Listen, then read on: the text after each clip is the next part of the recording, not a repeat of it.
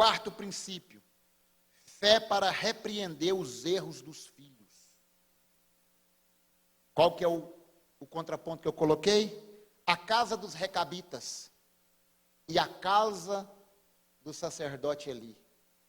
Eu preguei aqui uma vez a mensagem sobre os recabitas. Vocês lembram a mensagem que eu preguei sobre o recabita? Que eu falei sobre o poder do exemplo e o poder da obediência. O que o poder do exemplo e da obediência gera? Uma casa que tem princípio, ela se perpetua. Olha qual que foi a resposta de Deus em relação à obediência dos recabitas. Jeremias capítulo 35, verso 18 e 19. Só vou ler esses dois textos baseados nisso aqui. E a casa dos recabitas, disse Jeremias, assim diz o Senhor dos exércitos, o Deus de Israel, pois que obedeceste ao mandamento de Jonadab, vosso pai. Então o que ele estava obedecendo? Obedecendo o mandamento de um pai. De um pai que orientou.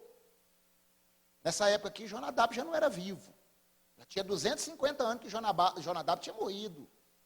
E ele fala, porquanto obedeceste o mandamento de Jonadab, vosso pai, e guardaste todos os seus mandamentos, e fizeste conforme tudo quanto vos ordenou. Portanto, diz assim o Senhor dos exércitos, Deus de Israel, nunca faltará homem a Jonadab, filho de Recabe, que esteja na minha presença todos os dias.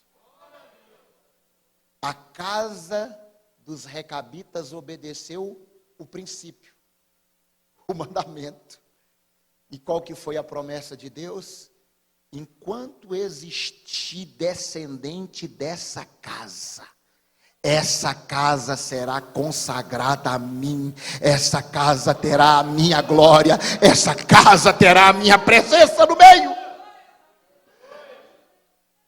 Por isso que a gente vê casas abençoadas, já viu? Que tem gerações e gerações, né, pastor Edmundo? A gente que já tem um tempo de caminhada, a gente conhece as famílias que são gerações e gerações de filhos obedientes, de casamentos estáveis, de pessoas tementes a Deus, de pessoas que servem a Deus, e é impossível você não caracterizar aquela casa e dizer assim, essa casa é uma casa da bênção de Deus. A bênção de Deus está nessa casa. É ou não é? Você olha e fala, a casa do fulano, já passaram por tantas lutas, já passaram por tantos problemas, mas você chega lá, você sente a presença de Deus. Quando você ouve a voz deles, você sente a presença de Deus. A segunda casa para o contraponto que eu quero colocar aqui, a casa de Eli. Um homem que tinha tudo para ser um grande homem. Eli, ele é o penúltimo de um ciclo de homens em Israel que tinha poder de autoridade de governo, autoridade sacerdotal, e que tinha capacidade de falar pelo Senhor.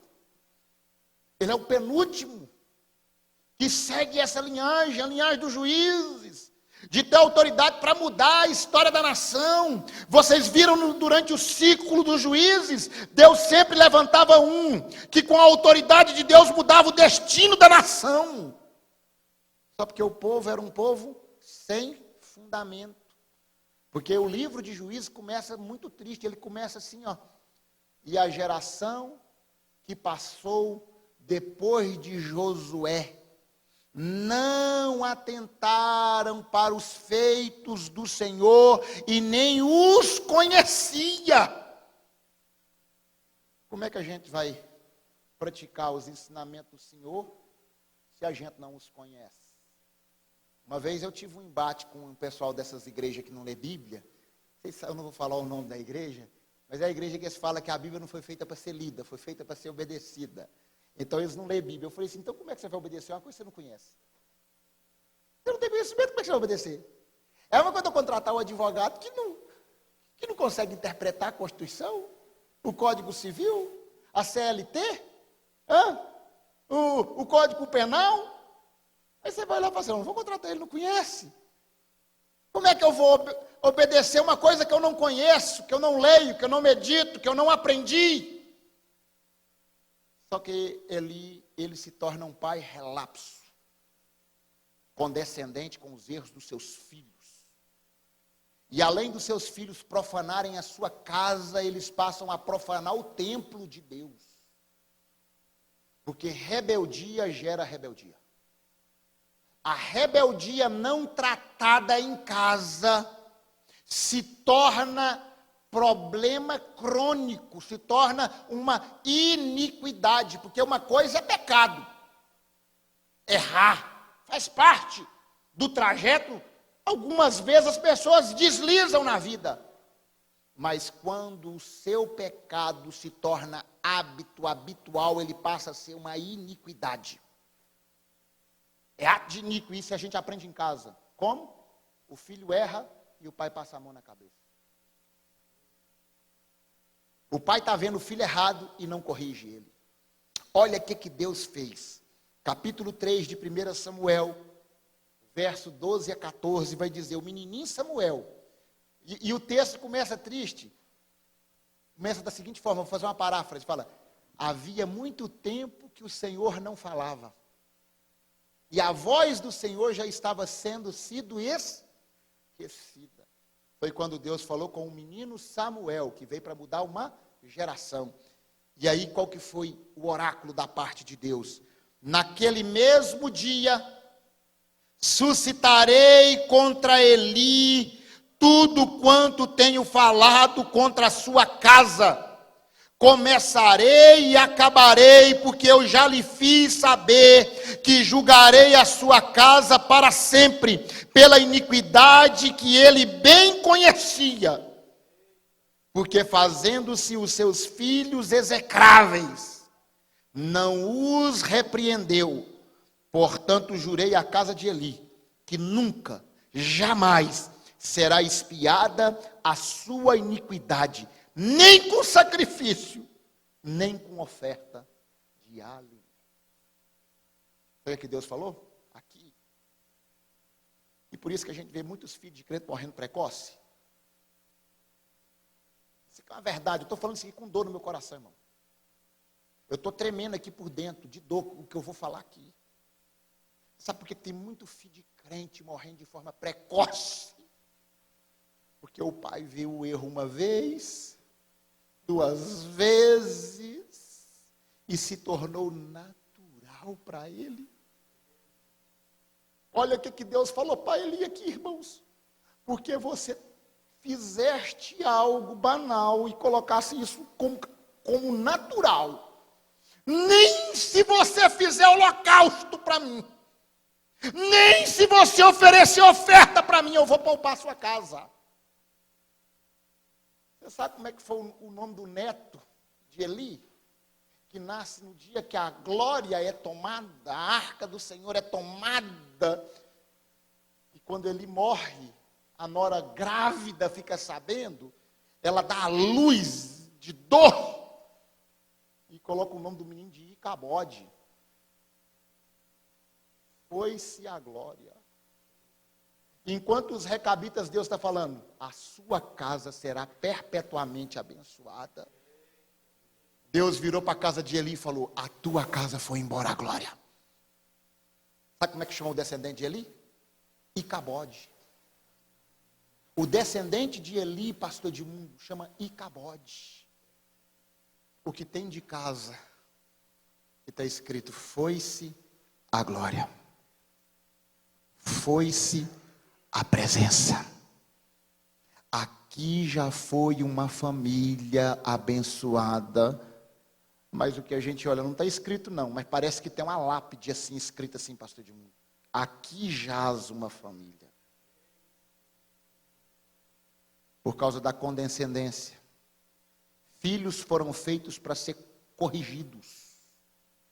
Quanto mais prematuros eles forem corrigidos, Quanto mais prematuros eles forem acostumados com a disciplina, com a correção, por isso que a Bíblia fala, não poupeis a vara a vossos filhos. Ele está dizendo, enquanto ele tem criança, crie um domínio sobre a vida dele, que ele nunca vai desvincular do seu domínio. Tem gente que fica colocando a educação dos filhos só nas salinhas da igreja. Quem tem que ler a Bíblia para o seu filho é você. Que tem que sentar com ele e orientar a palavra de Deus é você. Hoje eu estava vendo a postagem de um pastor amigo meu, lá de Primavera do Leste. Lá tem um programa das mães lerem a Bíblia para os filhos. E aí ele estava postando as 2 primeiras mães que terminaram a leitura bíblica anual para os filhos. Ah, mas ele é criança. Não. Eu leio a historinha para ela me conta a historinha depois. Ela me fala, é o Davi que matou o gigante. É você que cria no seu filho o senso de temor. O senso daquilo que pode e daquilo que não pode. O limite é você como pai que estabelece. Tem que dizer como Josué. Se o mundo quiser adorar, banalizar, tocar o terror, toca. Mas eu e a minha casa serviremos ao Senhor. Eu e a minha casa continuaremos de força em força, de fé em fé, de graça em graça, caminhando para o céu, triunfante, e debaixo do princípio da palavra, a gente vai viver uma vida abençoada, porque a gente vai entender que Deus não se move com a mãe desesperada, chorando pelo filho baleado, mas Ele vai se mover pela mãe, que ensinou e instruiu, e quando ela ajoelhar para orar, falar, Deus, coloquei nos teus caminhos, guarda ele, livra ele, proteja ele. A mãe que ensina o princípio para o filho, os pais que ensinam o princípio para os filhos, vai chorar de emoção, vendo o filhinho dando uma saudação na igreja. O pai que quebra o princípio, vai chorar na rua, falando, meu filho morreu tão novo, tão jovem, porque eu não o repreendi na hora que deveria repreender. Não deixe o pecado dos seus filhos se tornarem natural, banal. Expulsa de dentro da sua casa e fala, Icabode na minha casa, não. A minha casa vai ter o cavote, a presença do Todo-Poderoso. Se coloca de pé, por gentileza.